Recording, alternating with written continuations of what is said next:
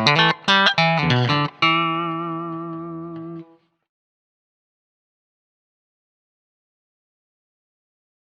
gue Aris.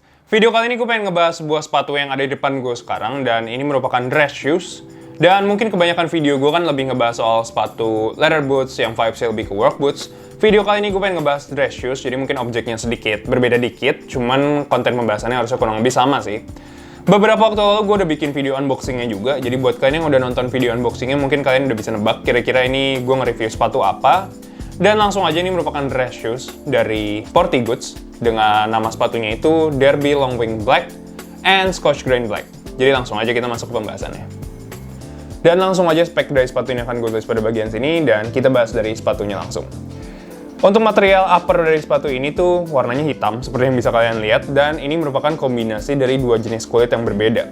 Jadi ada Nappa Leather dan ada Scotch Grain Leather. Dimana kalau bagian Nappa Leather itu merupakan di beberapa bagian sepatu ini yang bagian kulitnya itu cenderung lebih glossy dan lebih licin permukaannya, itu Nappa Leather.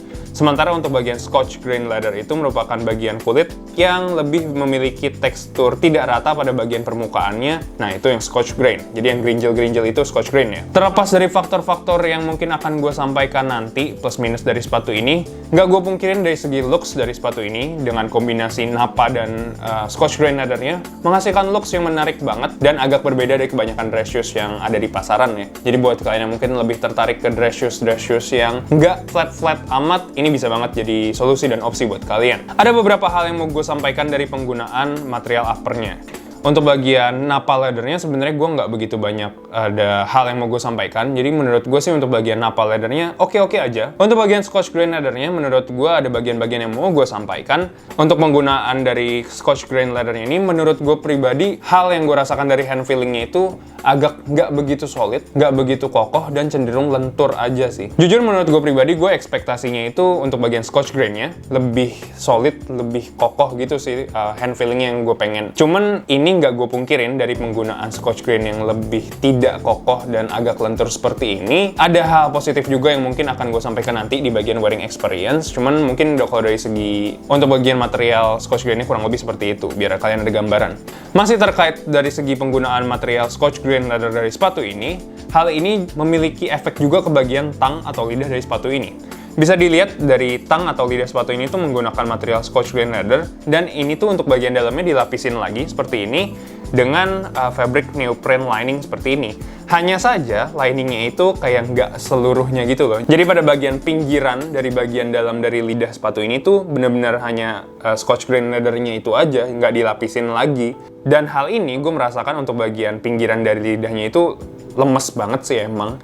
Dan hal ini bisa berakibat kalau misalkan kalian pakai sepatu ini agak buru-buru atau gimana, mungkin banget untuk bagian pinggiran dari lidahnya itu yang nggak dilapisin itu jadi agak ketekuk-ketekuk kayak gini nih, karena memang untuk bagian materialnya itu cenderung lemes. Dan menurut gue pribadi sih kayaknya akan lebih oke kalau misalkan untuk bagian lidahnya ini di liningnya itu full ya, sampai ke pinggiran-pinggirannya full kayak gini, jadi nggak ada bagian yang terlalu lemes kayak gini. Itu gue kurang suka, cuman harapannya ya hal ini bisa jadi input aja lah buat Sporty Goods. Kurang lebih untuk bagian upper dari sepatu ini begitu, gue nggak mau bahas terlalu banyak juga biar nggak terlalu lama videonya. Untuk bagian midsole dari sepatu ini menggunakan material Vectan Leather seperti yang bisa kalian lihat di sini, dengan finishingnya natural ya warnanya. Dan untuk bagian outsole-nya kalian bisa lihat juga, untuk bagian outsole-nya menggunakan half rubber sole dengan pattern seperti ini untuk bagian outsole-nya. Dan untuk bagian heels-nya di sini menggunakan studded heels yang ada brandingan dari Sporty Goods. Ada tulisan 43 yang menandakan ukuran dari sepatu ini. Jadi sebenarnya kalau misalkan dari segi midsole dan outsole itu sebenarnya gue nggak ada masalah banget sih. Mengingat price point yang segini, midsole dan outsole-nya menurut gue udah oke banget, dan gue nggak mau komentar banyak soal hal itu. Sepatu ini menggunakan pattern long wing atau long wing tip, dimana memang untuk detail wing tip dari sepatu ini itu memang sampai ke bagian belakang dari sepatu ini. Makanya namanya long wing tip. Sementara untuk sepatu yang tidak ada long ya, jadi wingtip aja, itu detail wingtipnya itu nggak sampai ke belakang bagian sepatu, jadi cenderung lebih ke agak tengah di bagian sepatunya aja. Jadi mungkin itu yang bisa gue sampaikan antara perbedaan wingtip dan long wingtip. Sepatu ini long wingtip, makanya detail wingtipnya sampai ke bagian belakang. Nah, mengingat desainnya yang long wingtip seperti ini, ada beberapa hal yang mau gue komentarin juga terkait detailingnya. Yaitu untuk bagian medallion dari sepatu ini, yaitu bagian titik-titik bolong-bolong untuk bagian depan sepatunya di sini nih, bagian depan di sini nih.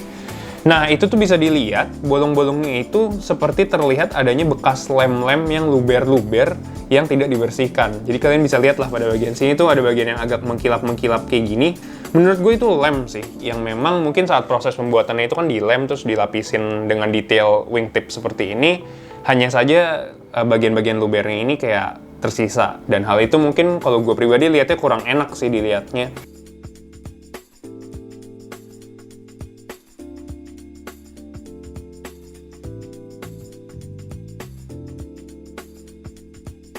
Kemudian setelah medallion, gue juga pengen berkomentar soal bagian broke-nya pada bagian sepatu ini. Broke itu juga sama ya sebenarnya, bolong-bolong juga pada bagian sepatunya, hanya saja yang ada di sekitaran sepatu ini. Nah, bisa dilihat ada beberapa bagian untuk broke pada sepatu ini, itu kan harusnya bolong-bolong ya. Hanya saja gue bisa melihat eksekusi untuk membuat bolongannya itu nggak sempurna gitu loh. Jadi ada bagian yang harusnya bolong, tapi terlihat ada sisa bahan kulit yang masih nyangkut dan tidak putus gitu. Nah, mungkin hal ini juga agak sedikit mengganggu gue, cuman ya balik lagi. Itu semoga bisa jadi input aja buat Portigoods-nya, supaya kedepannya jauh lebih oke lagi eksekusinya. Konstruksi pada sepatu ini menggunakan black stitch construction, yang artinya jahitan yang bisa terlihat pada bagian luar dari sepatu ini, yang terdapat pada sekeliling sepatunya, hanya bersifat dekoratif, karena jahitan konstruksi aslinya pada sepatu ini harusnya ada pada bagian dalam sepatu ini, yang ternyata terlihat juga untuk pada bagian sole atau bagian bawah dari sepatu ini. Bisa dilihat untuk bagian sole atau bagian bawah dari sepatu ini ada beberapa bagian jahitan putihnya, dan sebenarnya hal yang mau gue tekankan untuk bagian konstruksi dari sepatu ini, itu adanya beberapa bagian-bagian benang konstruksinya yang agak loose dan kendor kayak gini. Menurut gue ini merupakan suatu hal yang signifikan untuk di-improve Portigoods di kemudian hari sih. Karena kalau misalkan seperti yang tadi gue singgung, ada beberapa hal yang input gue juga tentang medallion dan tentang broke dari sepatu ini. Hanya saja kalau worst case Portigoods emang tidak nge-improve untuk bagian medallion atau broke-nya itu, menurut gue nggak jadi hal yang signifikan banget karena memang sifatnya dekoratif. Sementara kalau konstruksi menurut gue cukup signifikan dan cukup major, sehingga harapannya buat gue sih idealnya Portigoods nge-improve untuk hal ini ya. Karena kalau kita ngomongin konstruksi, tentunya hal itu akan berdampak langsung ke durabilitas dari sepatu ini. Untuk bagian eyelets di sini menggunakan silver eyelets yang ada 5 pasang di bagian kiri dan kanannya. Sebenarnya kalau kita ngomongin soal dress shoes ya, penggunaan eyelets yang seperti ini bisa dibilang nggak dressy amat. Karena kalau kita ngomongin dress shoes, sebenarnya akan jauh lebih dressy kalau menggunakan material eyelets-nya itu blind eyelets. Jadi yang kayak nggak ada besi pada sekitar lubang tali sepatunya. Nah, itu memberikan kesan yang lebih dressy. Tapi mengingat memang sepatu ini kalau gue lihat sih emang nggak yang didesain jadi dressy banget. Sehingga penggunaan eyelets di sepatu ini yang emang nggak begitu dressy juga, malah bikin menurut gue jadi pilihan yang tepat sih. Gue sih jujur suka dengan pemilihan eyelets dari sepatu ini. Masuk ke bagian dalam dari sepatu ini, gue bisa lihat insole dari sepatu ini tuh materialnya, gue nggak tahu namanya apa, cuman warnanya coklat kayak gini. Dan kayak ada tekstur serabut kayunya kayak gini yang di-press ya. Nggak tahu beneran serabut kayu atau enggak, gue kurang tahu untuk bagian ini. Hanya saja mungkin hal yang bisa gue sampaikan, kalau misalkan gue kemarin pakai sepatu ini untuk dicoba, itu kan pakai kaos kaki ya.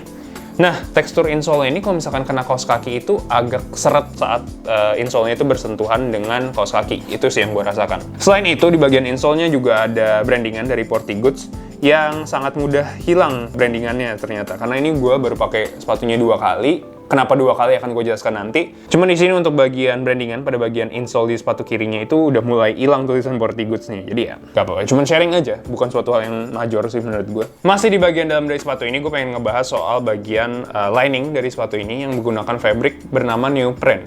Gue baru pertama juga sih pakai sepatu yang di lining menggunakan neoprene fabric seperti ini. Cuman hal yang bisa gue sampaikan adalah fabric ini cenderung agak licin untuk bagian permukaannya, lembut dan menurut gue cenderung nyaman untuk digunakan. Hanya saja memang karena agak licin seperti ini, pastiin size yang digunakan itu pas banget. Karena kalau misalkan sedikit aja kegedean, penggunaan lining yang cenderung licin ini bisa bikin gampang banget slip sih. Dan itu hal yang gue rasakan dan nanti akan gue ceritakan lebih lanjut di bagian wearing experience juga. Tali yang digunakan di sini menggunakan rounded wax laces yang warna hitam. Dan terakhir untuk bagian dalam dari sepatu ini, di bagian dalam dari lidah sepatu ini pun juga ada label yang merupakan brandingan dari Portigoods. Ada tulisan Portigoods dan ukuran 43. Jadi ada informasi sizingnya juga di sepatu ini. Dan ada slogannya yaitu Not Made in Italy yang gue pribadi kurang suka sebenarnya. Kenapa harus dibawa Not Made in Italy? Jadi kayak kesannya sepatu ini kayak parodi gitu nggak sih? Not Made in Italy gitu. Cuman ya mungkin balik lagi, itu kan memang keputusan dari pihak Portigoods-nya aja. Jadi ya mungkin hal itu yang bisa gue sampaikan dari segi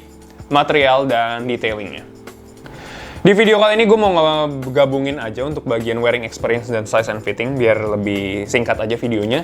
Jadi untuk sepatu ini gue pakai size 43. Dan hal itu gue lakukan karena mengingat size chart dari sepatu ini juga. Jadi size chart yang akan gue tulis pada bagian sini gue tampilkan, di mana merupakan suatu hal yang positif. Portigoods berani kasih size chart dan melengkapinya dengan referensi size dari brand-brand sepatu lain yang mungkin lebih umum dan lebih well known ya kalau misalkan di pasar, yaitu ada brand Adidas, Converse, sama Nike. Suatu hal yang menurut gue patut diapresiasi karena apa ya, kasih informasi lebih sih buat orang-orang yang mungkin nggak begitu paham, nggak begitu masih ragu soal size yang diambilnya. Dengan adanya referensi sizing seperti itu, menurut gue kasih hal yang positif banget dan gue suka sih dengan size chartnya.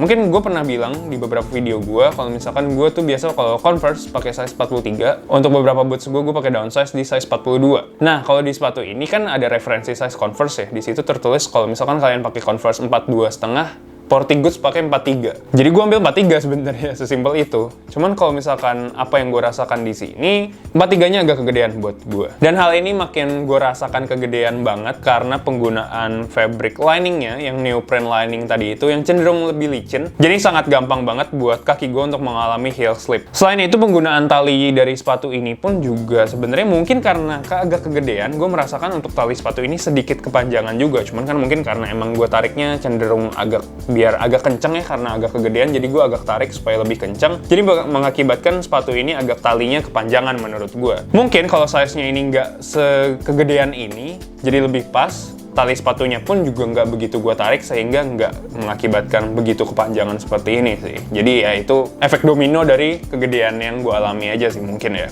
Jadi mungkin hal yang bisa gue sharing adalah dari pengalaman gue ini, ke depan, gue mungkin akan beli tetap downsize 1 sih. Kan Converse 43, gue mungkin akan ambil Porti tetap 42 sih kayaknya. Kalau misalkan ke depan gue beli lagi ya.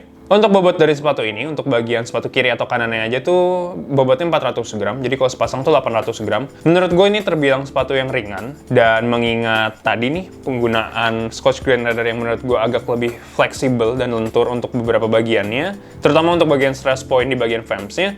Menurut gue makin bikin feeling yang dirasakan saat pakai sepatu ini cenderung lebih nyaman aja sih. Jadi sepatunya ringan, terus waktu nekuk sepatu ini juga gampang. Buat kalian yang mungkin prefer sepatu-sepatu yang cenderung ringan, enak dipakai, lembut dan lain sebagainya, mungkin sepatu ini bisa menjawab pertanyaan kalian dan bisa jadi opsi buat kalian. Dan untuk bagian outsole-nya, grip yang dihasilkan juga gue nggak ada masalah dan cenderung enak-enak aja, aman-aman aja kalau gue naik motor atau gue lagi jalan di bagian lantai yang agak licin juga nyaman-nyaman aja. Jadi gue bener-bener nggak ada masalah untuk bagian midsole ke bawahnya itu gue nggak ada masalah. Gue beli sepatu ini online, dan gue akan langsung tulis website dan Instagramnya Portigoods di bagian sini. Harga dari sepatu ini adalah Rp850.000 aja. Mengingat kalian mendapatkan sepatu dengan looks yang menarik seperti ini, dengan keseluruhan sepatu seperti ini juga, menurut gue harga Rp850.000 itu worth to buy banget. Jadi buat kalian yang mungkin lebih suka sepatu-sepatu dress shoes atau sepatu pantopel yang memiliki vibes yang cenderung agak berbeda dari sepatu-sepatu dress shoes yang kebanyakan beredar di pasaran, sepatu ini bisa banget jadi solusi dan opsi sih buat kalian. Buat kalian yang tertarik soal produk-produk Portigoods mungkin di luar sepatu ini, mungkin model-model yang lain, kalian bisa langsung cek aja ke Instagram atau website Portigoods-nya aja langsung yang udah gue tulis di sini buat info-info yang lebih lanjut dan lebih lengkap juga pastinya. Oke, gue rasa sekian aja video review gue soal dress shoes dari Portigoods, yaitu Derby Long Wing Black ini. Gue minta maaf jika ada penjelasan gue yang kurang tepat, dan buat kalian yang pengen kasih gue kritik, saran, komentar, ide, silahkan tulis di kolom komentar. Sekaligus juga, seperti yang udah gue jelaskan di video ini, kalau misalkan sepatu ini agak kegedean di gue dan gue consider untuk tidak dipaksain untuk dipakai sih. Jadi mungkin gue consider untuk dijual, dan untuk item-item yang mungkin akan gue consider untuk gue jual juga, akan gue announce juga di Instagram @shumarlin. Jadi di Instagram Shumarlin itu mungkin seperti barang-barang seperti ini yang gue rasa kurang cocok gue pakai, ukurannya kurang pas, atau koleksi pribadi gue, itu mungkin akan gue post juga di Instagram Shumarlin untuk di-announce untuk dijual. Selain itu di Instagram @shumarlin juga kedepannya rencananya gue pengen bikin konten-konten soal dunia denim boots, leather goods, dan lain sebagainya. Seperti video YouTube gue cuma dalam bentuk Instagram post aja, jadi mungkin buat kalian yang emang tertarik soal hal-hal itu, kalian bisa follow Instagram @shumarlin. Gue rasa itu aja untuk video kali ini. Thank you banget udah nonton. Sampai jumpa di video-video gue yang lain.